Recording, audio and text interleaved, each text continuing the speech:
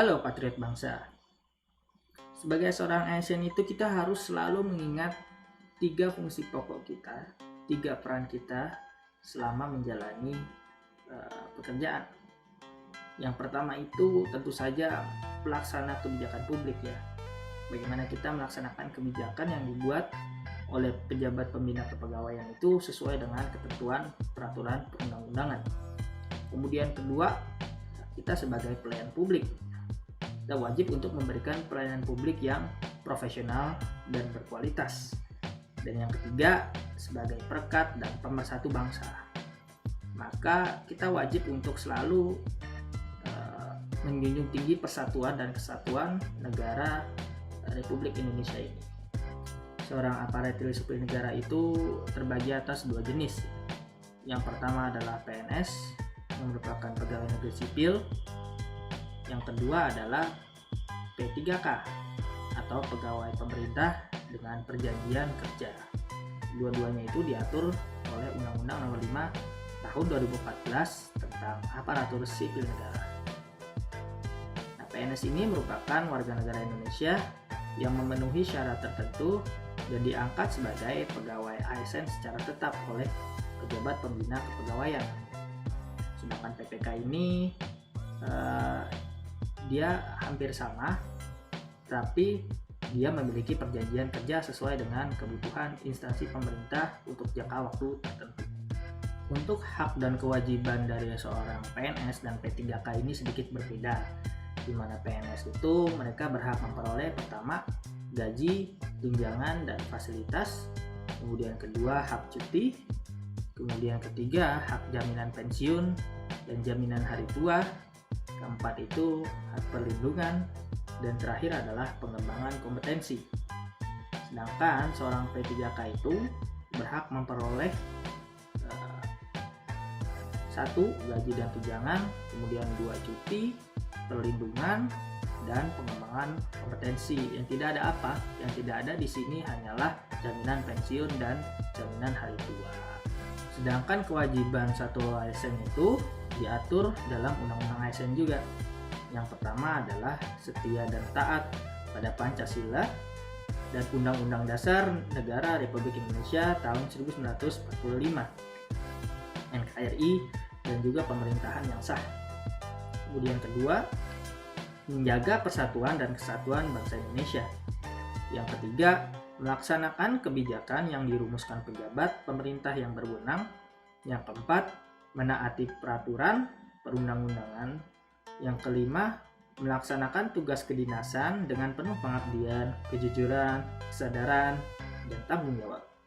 Yang keenam, menunjukkan integritas, keteladanan dalam sikap, perilaku, ucapan, dan tindakan pada setiap orang, baik di dalam maupun di luar kedinasan.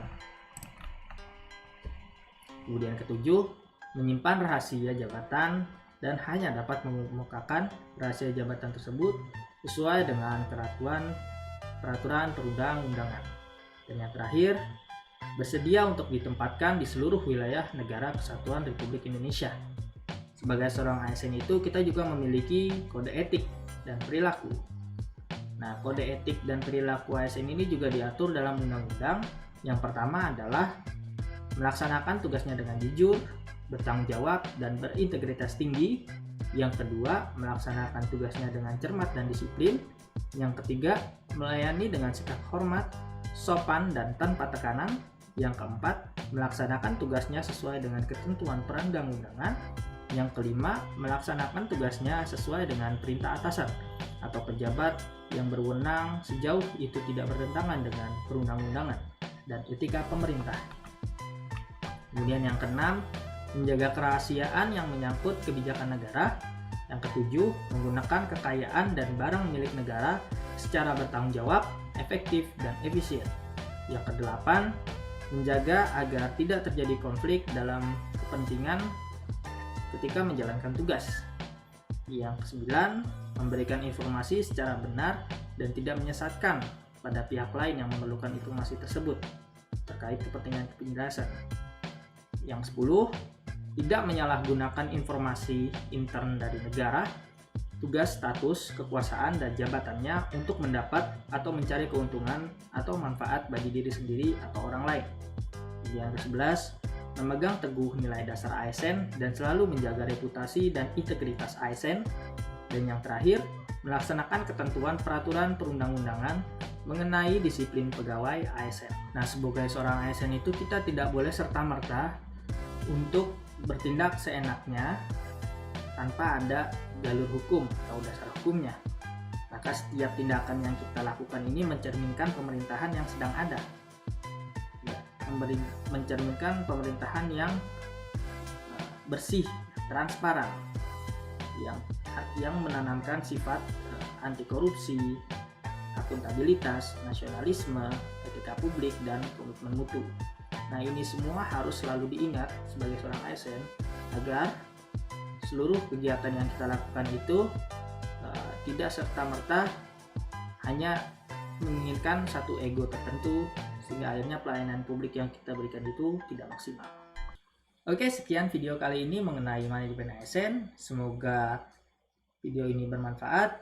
Jangan lupa klik like, share, dan subscribe, dan nyalakan bel notifikasi supaya nggak ketinggalan video lainnya seputar Latsar CPNS 2020. Akhir kata, Assalamualaikum warahmatullahi wabarakatuh.